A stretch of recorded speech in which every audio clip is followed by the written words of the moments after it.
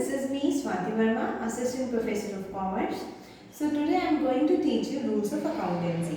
जो बच्चे कॉमर्स की हैं 11th 12th और जो बीकॉम में आ गए जिनका 20 वीक है 11th 12th का, उनके लिए क्लास बहुत ही यूजफुल होने वाली है। तो चलिए सबसे पहले समझते हैं क्लासिफिकेशन ऑफ अकाउंट्स, इसके रूल्स क्या है, फिर हम एक क्वेश्चन से इसको प्रैक्टिस भी करेंगे। देखिए जो क्लासिफिकेशन हुआ अकाउंट्स का वो कैसे हुआ, ट्रेडिशनल और मॉडर्न, दो तरीके से। पहले हम मॉडर्न को समझेंगे क्योंकि मॉडर्न हमें बहुत जल्दी से समझ में आ जाएगा। तो देखिए मॉडर्न में सबसे पहले CLEAR, आपको एक टर्म याद रखनी है, दैट इज क्लियर। ओके, बिल्कुल क्लियरली तरीके से आपको क्लियर को याद रखना है। देखिए C for capital, L for liabilities, E for expense, A for asset, R for revenue. अब बच्चों रूल क्या होगा, रूल है कि जब भी आपके एसेट्स और एक्सपेंसेस इंक्रीज करेंगे then it will be debited, और जब भी ये डिक्रीज करेंगे then it will be credited. Okay, and the remaining capital, liabilities and revenue, capital, liabilities, revenue, whenever they will increase it will be credited and whenever they will decrease it will be debited। तो जिन बच्चों को याद रखने में दिक्कत होगी उन्हें याद रखना है CCD। CCD में कॉफी पीते हैं ना हम लोग, जाकर CCD को याद रखना है। तो C for capital, liability, revenue, and if it will increases then it will be credited and if it decreases then it will be debited. Okay, तो यहीं पर हमारे मॉडल रूल्स खत्म हो जाते हैं।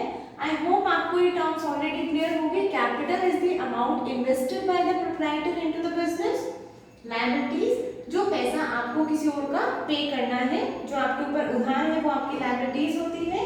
एक्सपेंस, काइंड ऑफ एक्सपेंस, कुछ भी तरह का अगर खर्चा है, या फिर एसेट, एसेट इज योर कोई भी चीज जो जिसको मैं कैश में कन्वर्ट कर सकती हूँ, ठीक है, और कैश तो एसेट होगा ही होगा क्योंकि तो ऑलरेडी कन्वर्टेड है। और इसके अलावा land, building, plant, machinery, goodwill, ये सब आपके क्या है, एसेट है, because it can be converted into cash.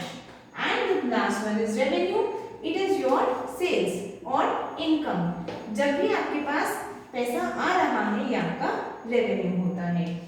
Now coming to traditional classification, इन्हें हम गोल्डन रूल्स ऑफ अकाउंटिंग भी कहते हैं। यहाँ पे 3 रूल होते हैं, पहला, दूसरा और तीसरा। ओके, अब देखिए यहाँ पे जो कैटेगरीज है वो है सबसे पहले personal, real, nominal. Okay, personal में जो रूल्स अप्लाई होंगे वो किस पर अप्लाई होते हैं, NP stands for natural person, AP stands for artificial person and RP stands for representative person. Okay, these all are accounts. तो यहाँ पर हमें समझना है बच्चों कि जो नेचुरल पर्सन है वो कौन है, जैसे कि राम, श्याम, मैं, आप, हम सब कौन है, नेचुरल पर्सन। तो हम पर कौन सा रूल अप्लाई होता है, पर्सनल वाला रूल अप्लाई होगा। ओके, और जो एपी होता है वो क्या है, आर्टिफिशियल पर्सन। अब जैसे कि मैं आपके साथ कॉन्ट्रैक्ट कर सकती हूँ, मैंने आपको गुड्स बेचे और मैंने आपसे पैसा लिया। Same can be done with the Reliance industries, Tata Motors. तो यानी कि या फिर बैंक के साथ भी हम डील कर सकते हैं, बैंक को हम पैसा दे सकते हैं और बैंक से पैसा ले सकते हैं। तो ये कैसे एक्ट करते हैं, ये आर्टिफिशियल पर्सन की तरह एक्ट करते हैं। And the last one is RP, it stands for representative personal account. देखिए रिप्रेजेंटेटिव पर्सनल अकाउंट जो कि किसी को रिप्रेजेंट करते हैं, और ये किसको कैसे रिप्रेजेंट करते हैं, जैसे कि आपका जो रेंट है, अगर वो आउटस्टैंडिंग रेंट है बच्चों, तो किसको रिप्रेजेंट करता है, लैंड लॉर्ड को। ठीक है, अगर आपकी जो सैलरीज है वो आउटस्टैंडिंग है तो वो किसको रिप्रेजेंट करता है, आपके एम्प्लॉइज को। ठीक है, तो हमें ये ध्यान रखना है कि अगर किसी वर्ड के आगे प्रीफिक्स लग जाता है, जैसे कि रेंट, रेंट के आगे लग गया प्रीफिक्स, ठीक है, या फिर एक टर्म है जैसे कि बैंक ओवरड्राफ्ट। अब बैंक ओवरड्राफ्ट में यहाँ पे क्या आ गया, सॉरी, बैंक ओवरड्राफ्ट, यहाँ पर आ गया ओवरड्राफ्ट जो है वो क्या है बच्चों, सफिक्स। ठीक है, अगर किसी टर्म के आगे कुछ लगता है तो वो प्रीफिक्स, किसी टर्म के पीछे कुछ लग जाता है तो वो सफिक्स। तो जिसके आगे सफिक्स है या फिर पीछे जिसके आगे प्रीफिक्स है और पीछे सफिक्स है वो आपके फॉल करते हैं रिप्रेजेंटेटिव पर्सनल अकाउंट्स की कैटेगरी में। तो आप रिप्रेजेंटेटिव पर्सनल अकाउंट को कैसे जस्टिफाई कर सकते हैं? पहली बात, वो किसी को रिप्रेजेंट करते हैं। For example your capital and drawings, ये रिप्रेजेंट करते हैं ओनर को। Capital is the amount invested bye owner into the business and drawing stands for the term जो अमाउंट प्रोप्राइटर ने बिजनेस में से वापस लिया है अपने पर्सनल यूज के लिए, तो वो होता है drawings, that is amount withdrawn by the proprietor. अब यहाँ पर जो आपका रिप्रेजेंटेटिव पर्सनल अकाउंट है, इसके अंदर कैपिटल, ड्रॉइंग्स आ जाती है और इसके अलावा वो सारे आइटम्स आ जाते हैं जहाँ पे कोई सफिक्स या प्रीफिक्स होता है। इनके लिए रूल रहेगा बच्चों, debit the receiver, credit the giver. Again debit the receiver, credit the giver, यानी कि जो रिसीव कर रहा है उसे डेबिट करना है और जो गिवर है, जो दे रहा है, उसे हमें क्रेडिट करना है। Coming to the next one, this one is real. अब रियल क्या होते हैं बच्चों? हमारे एसेट्स के लिए अप्लाई होगा। एसेट्स आपको ऑलरेडी पता है, land, plant, building, machinery, goodwill, ये सब हमारे क्या है? एसेट्स हैं। ओके, तो इनके लिए रूल रहता है debit what comes in, credit what goes out. जो आ रहा है उसे डेबिट कर दो, जो जा रहा है उसे क्रेडिट कर दो। Okay, third one is nominal. जो आपका नॉमिनल वाला रूल है, ये अप्लाई होता है आपके लॉसेस और एक्सपेंसेस और इनकम और गेन्स पे।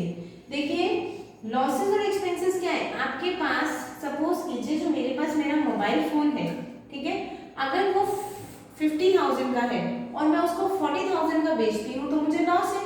ठीक है, मैंने ये मार्केट खरीदा, ये मेरा एक्सपेंस है, तो ये दोनों क्या हो जाएंगे?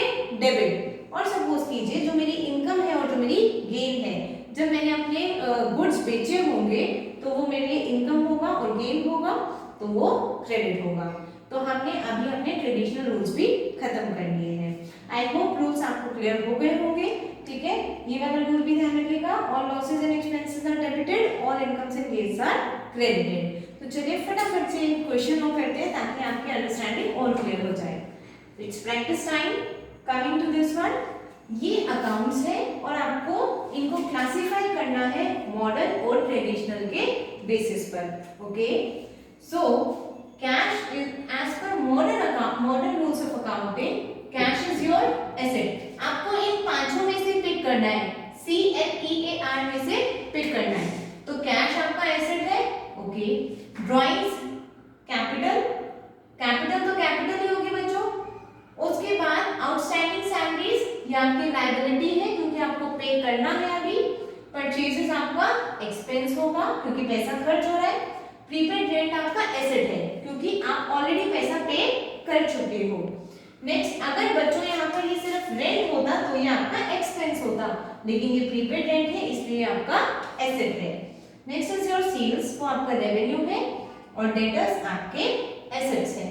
Okay, and coming to this one, traditional rules of accounting, इसमें हमें ये देखना है कैश हमारा एसेट है तो ये रियल नेचर का होगा। हमें तीन चीजों का ध्यान रखना है, real, personal, real and nominal. Okay, cash हमारा एसेट है, रियल में जाएगा। ड्राइंग्स किसको रिप्रेजेंट करते हैं? देखिए मैंने लिखा है ड्राइंग्स और कैपिटल दोनों रिप्रेजेंट करते हैं ओनर को, तो ये इसकी इस कैटेगरी में जाएगा, रिप्रेजेंटेटिव पर्सनल। ठीक है, तो पर्सनल अकाउंट्स। ओके, आपको अंदर का बाइफर्केशन इतना लिखने की नीड नहीं है, हमें सिर्फ मेन बताना है कि वो पर्सनल में है, रियल में या नॉमिनल में। Coming to the third one, outstanding salaries. Outstanding salaries भी रिप्रेजेंटेटिव है बिकॉज इट इज रिप्रेजेंटेटिंग। किसको रिप्रेजेंट कर रही है? हमारे एम्प्लॉइज को। और मैंने आपको बताया भी था कि किसी भी टर्म के साथ अगर प्रीफिक्स लग जाता है या फिर सफिक्स लग जाता है तो वो हमारा रिप्रेजेंटेटिव पर्सनल अकाउंट में आता है। And so this one is personal. Purchases, ये हमारे लिए क्या है? एक्सपेंस है और एक्सपेंसेस कहाँ जाते हैं बच्चों? नॉमिनल में। Another example is your salary, rent, ये हमारे लिए क्या है? हमारे एक्सपेंस एंड ये कहाँ जाएंगे? नॉमिनल में। प्रीपेड रेंट, अगेन इसके आगे प्रीफिक्स है तो ये कहाँ जाएगा? पर्सनल अकाउंट में।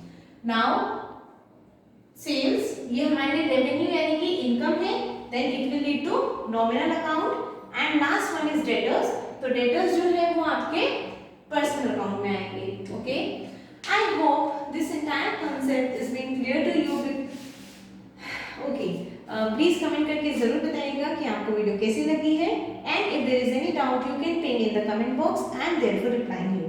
Bye bye, God bless you बच्चों, टेक केयर।